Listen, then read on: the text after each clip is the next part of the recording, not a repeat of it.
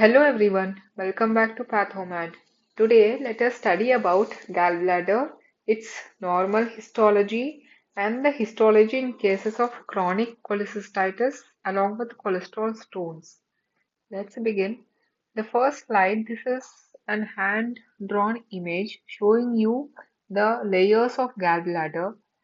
The first layer, this is the mucosa. The first layer is the mucosa.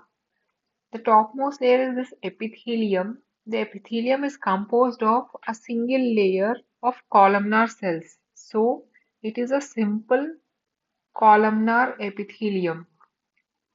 And beneath the epithelium, there is a loose tissue, loose connective tissue that is called lamina propria. So it is a part of mucosal layer.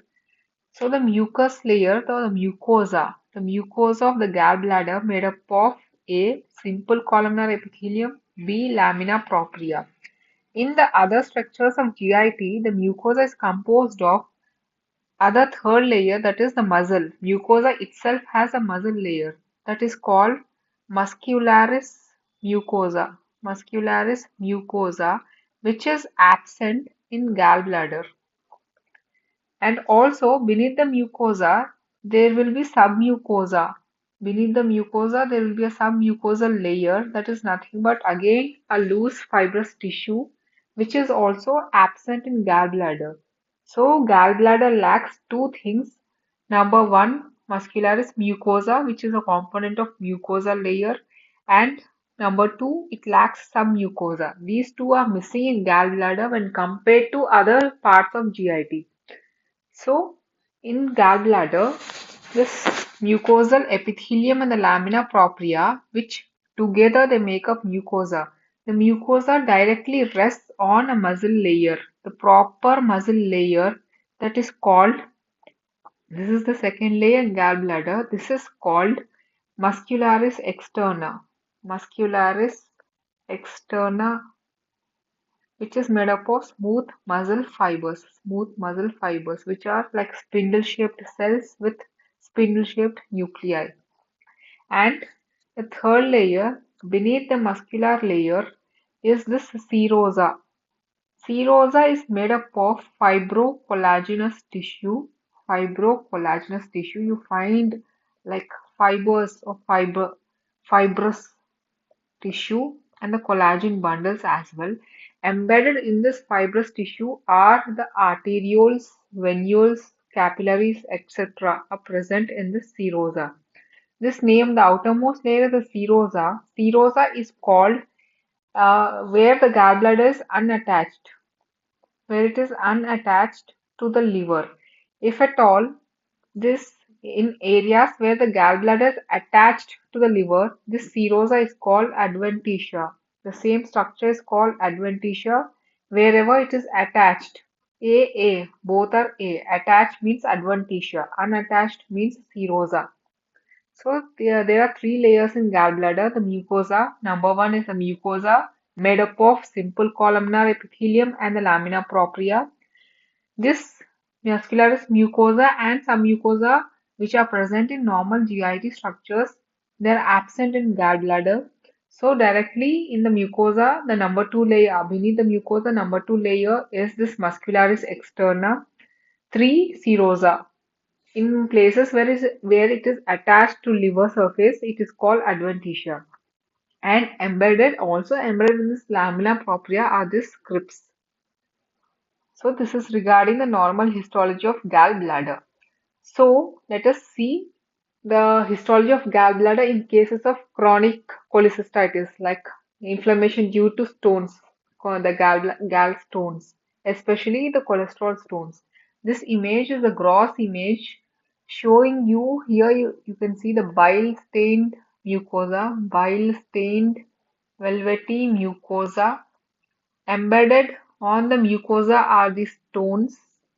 These are the stones and these yellow spots. These yellow spots on the gallbladder mucosa are nothing but cholesterolosis. The cholesterol deposits over the mucosa. Hence, it is given a certain name called strawberry gallbladder. Strawberry gallbladder is given in cases of cholesterol stones present in the gallbladder. These are the like stones, yellowish glistening stones are cholesterol stones. The mucosa shows these fat deposits and they are given like a name strawberry gallbladder. Coming to the histology part of this gallbladder, so in the histology, this is the low power view. You can visualize there's a mucosal layer. This outermost layer is a mucosa lined by an epithelium, that is simple columnar epithelium you can visualize. Beneath the epithelium is this loose tissue. The light purple tissue is the lamina propria. This is also lamina propria. In the fold of the mucosa, this is the lamina propria. Beneath the lamina propria is dark violet tissue, that is the muscle layer, smooth muscle bundles. So outermost layer beneath the muscle layer, that is the outermost layer, this span is nothing but the serosa made up of loose fibrous tissue. These are the loose fibrous tissue. These wavy structures are the fibrous tissue. This is the fibrous tissue. Also, you can also see here and there adipocytes, very scanted adipocytes. This is fibrocollagenous wavy structures are the fibrocollagenous tissues. Here you can see that the mucosa is discontinuous. Here there is a mucosa. Till here it is mucosa. Here it is disrupted. This area is disrupted. Here also it is disrupted. Here you can see the disruptions in the mucosa. Discontinuity. That means it suggests there is a focal erosion. There is a focal erosion. Also, you notice that this mucosa takes a deep dip into the muscle layer. It's dipping inside up to the muscle layer. So this the invagination of mucosa up to the muscle layer. This is given a name called Rokitansky-Askov sinuses. Rokitansky-Askov sinuses, which are characteristic feature of a chronic cholecystitis. Chronic cholecystitis, this is a key feature. Presence of Rokitansky-Askov sinuses, that is this invagination of the mucosa into the muscle layer, up to the muscle layer. And in the high power view, when you zoom in, okay, this is the mucosal layer. Inside the mucosal layer, you find certain like white cells, clear cells. These clear cells are nothing but foamy macrophages. Foamy macrophages. What does this mean? Foamy means lipid laden. Lipid laden macrophages. These macrophages, they have engulfed the cholesterol. Cholesterol is nothing but lipid. The macrophages have engulfed the lipid and that is showing up in the cytoplasm in the form of this clearing. The fat-laden macrophages is characteristic feature of cholesterolosis. Presence of cholesterol stones in the gallbladder.